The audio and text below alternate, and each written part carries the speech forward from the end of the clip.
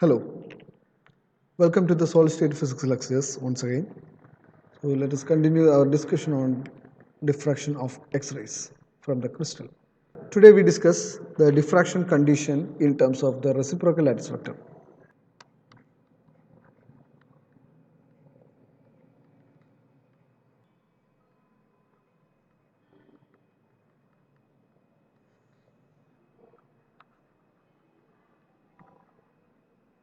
So we have to prove the theorem. The set of reciprocal lattice vectors G determine the possible X-ray reflections.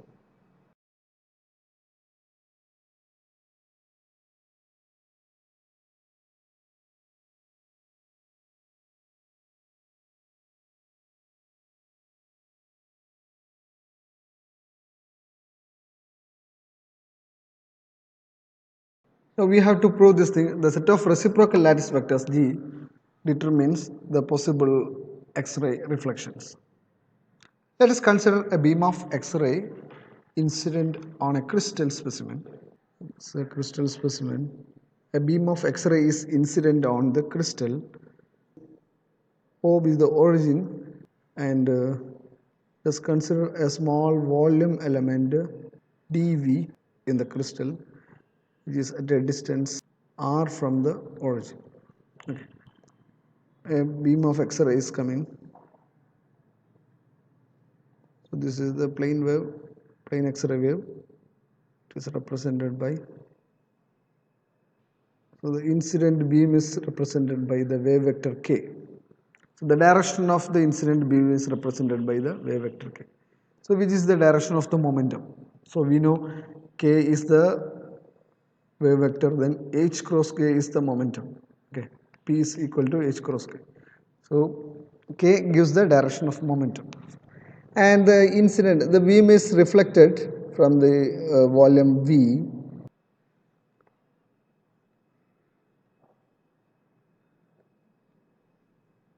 K dash represent the direction of the reflected wave.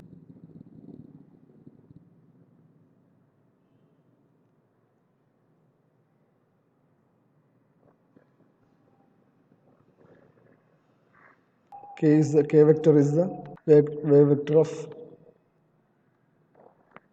incident beam, and k dash vector is the that of reflected beam or diffracted beam. Diffracted beam. The path difference of the k vector at r with respect to O, path length difference of incident ray at position r with respect to O. The path difference can be found out by like this. So this much length is the path difference. So which is equal to r. If this angle is phi, then this is r sine phi. So the corresponding phase difference between position vector r and O is equal to path difference, and phase difference is related by phase difference equal to 2 pi by lambda into path difference. So we can write 2 pi by lambda into r sine phi. So what is 2 pi by lambda? It is k into, if it path difference is x, then it is equal to kx. So here 2 pi by lambda is k into r sine phi. Okay, this is equal to k r cos 90 minus phi. Okay, so 90 minus phi angle, this 90 minus phi is this angle is the angle between r vector and k vector. So we can write this thing as k dot r. The phase difference between the rays at r and O is k dot r. Similarly, the phase difference of the reflected wave, that means diffracted wave, the element dV, elemental volume dV is equal to, so this is given by, so now we have to draw a perpendicular like this. So the phase difference is minus k dash dot r vector. Okay. The total phase difference of the wave scattered from dV at r and relative to the wave scattered from volume element at O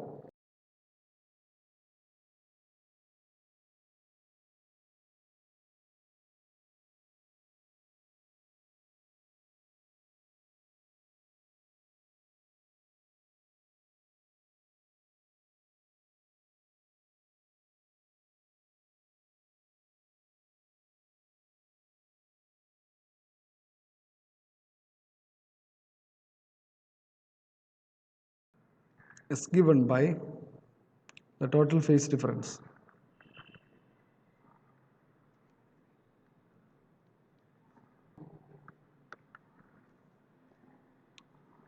k dot r minus k dash dot r minus k dash dot r, which is equal to k minus k dash dot r vector. So this is the total phase difference of the wave scattered from R and the wave scattered from O. Therefore, the phase factor, corresponding phase factor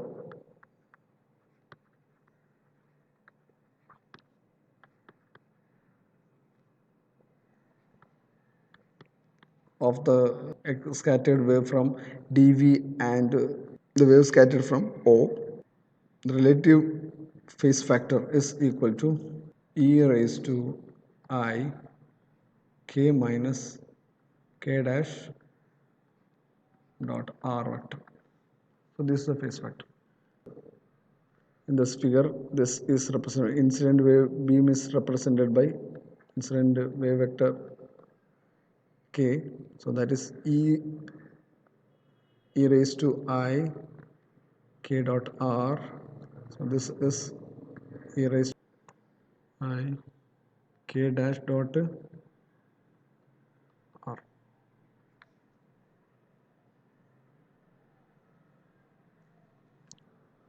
The amplitude of the wave scattered from a volume element is proportional to the local electron concentration n of r.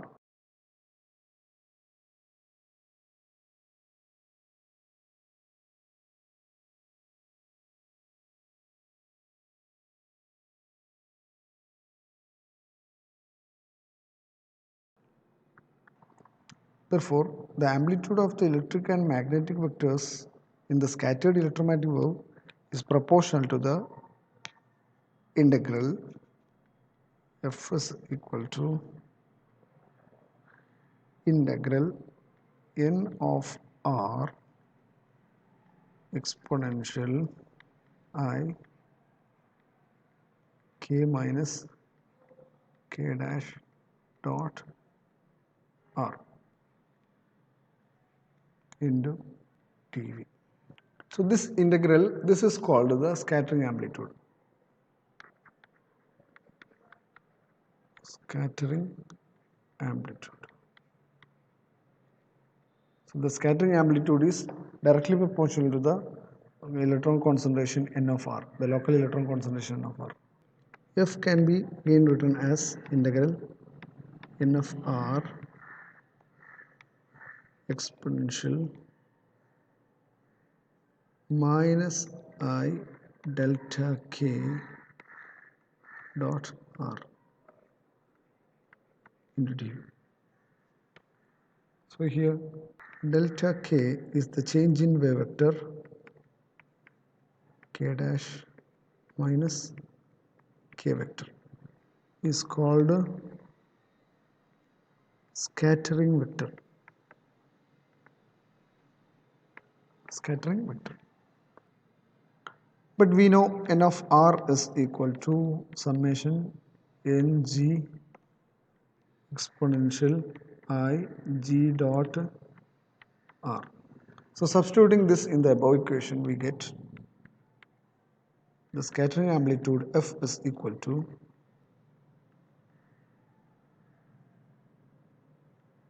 summation g ng exponential I g dot r exponential minus I delta k dot r dv. This can be written as summation overall g integral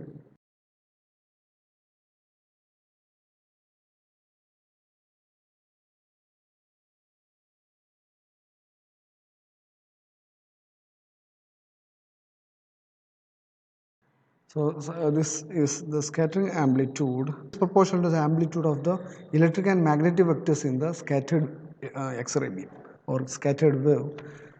This is given by summation ng exponential I g minus delta k dot r. So actually the amplitude of the X-ray beam is proportional to this integral. We can find out the intensity from this expression. So just by squaring this amplitude, we will get the proportional intensity. Now, when delta k is equal to a particular reciprocal lattice vector g, then what happens? G minus delta k becomes 0 for that particular g. Okay.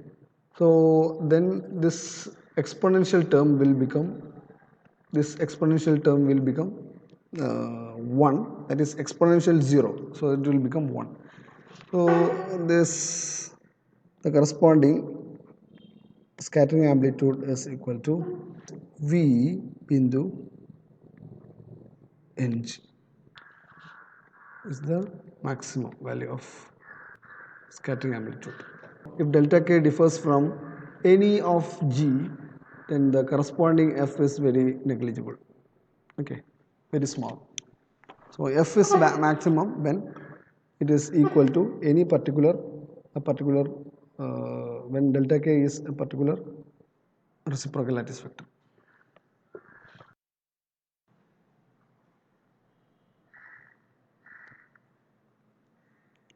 Now, in elastic scattering of X-rays, then the energy is conserved.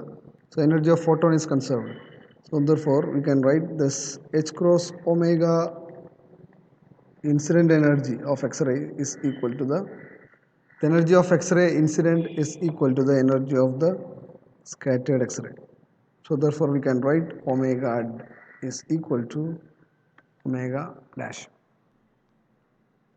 But we know omega is equal to Ck. So omega is equal to C into K. K is the magnitude of the wave vector. So we can write K is equal to K dash. So that means the magnitude of the, or we can write this K vector, K dash vector magnitude. Therefore, we can write K square is equal to K dash square. The square of the magnitude also will be equal. We have seen that the change in the wave vector of the X-rays is equal to a particular reciprocal lattice vector. Or we can write K dash vector minus K vector is equal to G vector. K vector plus G is equal to K dash vector. So delta K is equal to G, that means K plus G is equal to K dash. Now taking the scalar product, k plus g dot k plus g is equal to k dash dot k dash, that is k square, k dash square.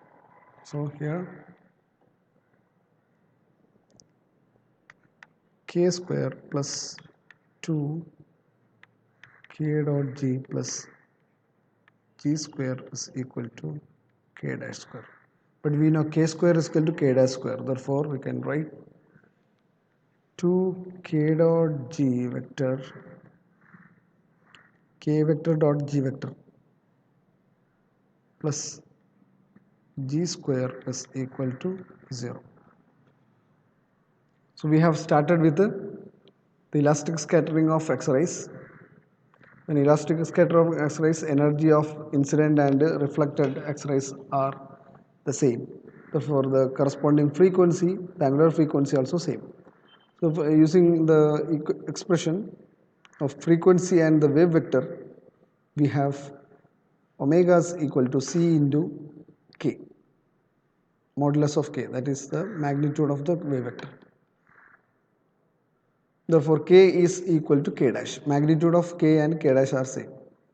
Therefore, their square also will be same. Now, in the last theorem we have proved that delta k should be a particular uh, reciprocal lattice vector. Otherwise, the intensity will be minimum.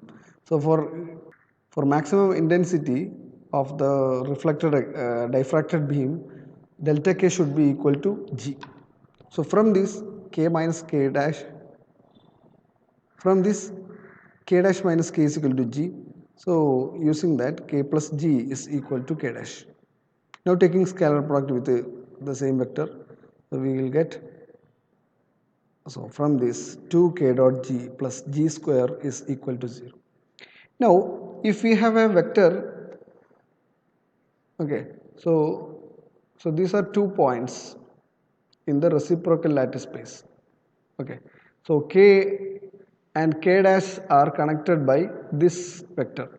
Okay, so it should be a reciprocal lattice vector. Otherwise, the intensity of the X-ray reflected will be minimum. That means we will not get any reflection there. Now, if G is a lattice vector, that means reciprocal lattice vector, minus G also another reciprocal lattice vector.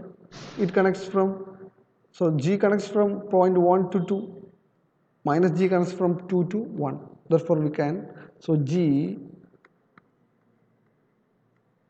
put G, change G into minus G. Therefore, we can write from this equation, we will write K dot 2k dot minus g plus g dot g. So g square is g dot g. So minus g dot minus g, that is again g square is equal to 0. Therefore, we may write 2k dot g is equal to g. So this is another condition for Bragg's diffraction. Another condition for Bragg diffraction is delta k is equal to g. So these all are Bragg conditions. Okay. Now the spacing between the parallel planes perpendicular to reciprocal lattice vector g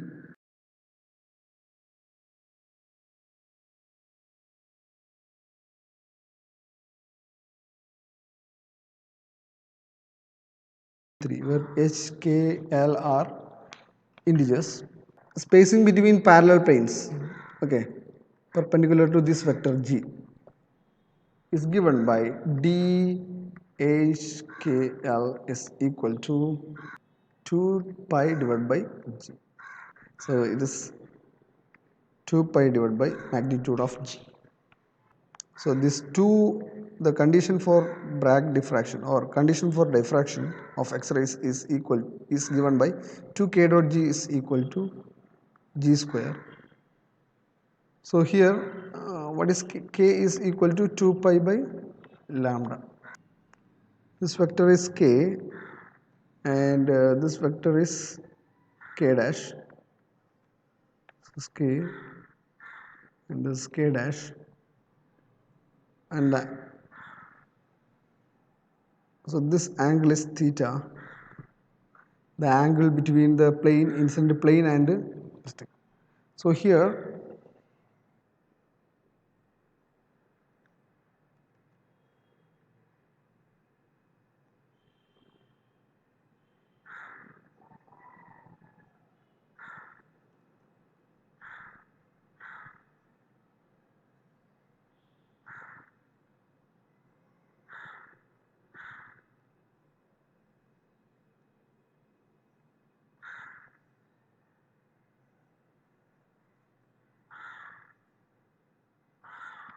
this is G.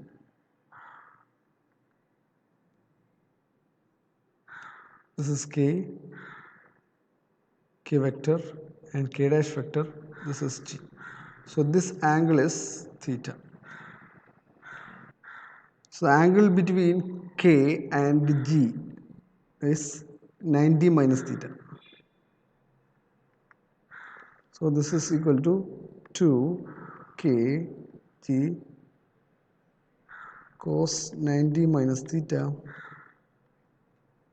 is equal to G square. So G square get cancelled. Therefore we can substitute this, substituting this value of D and K here we will get 2 into 2 pi divided by lambda cos 90 minus theta is sin theta is equal to G and G square get cancelled. So finally there will be G. So this is 2 pi divided by DHKL.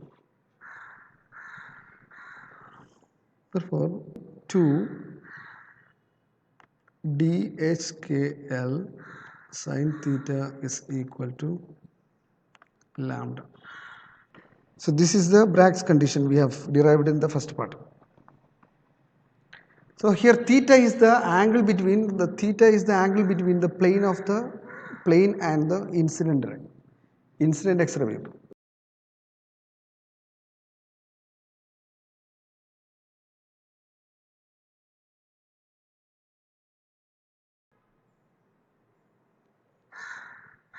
When we obtain Miller indices, there may be a common factor which is removed. So there is actually a common factor, there may be a common factor in the Miller indices. Therefore, we can write 2D sin theta is equal to n lambda in general. Okay. So we got the expression 2D sin theta equal to n lambda from 2k dot g is equal to g square. Both are Bragg's condition. This is in terms of dimensions in the real lattice. This is in terms of the dimensions in the reciprocal lattice. So this is equation in real lattice. This is equation. This is in reciprocal lattice. Okay. Some people may tell that this is the vector form of Bragg's law. That also, in some sense, it is true. So today we have derived the Bragg's condition in terms of the reciprocal lattice vector. Okay. So we will continue our discussion in the next class. Thank you.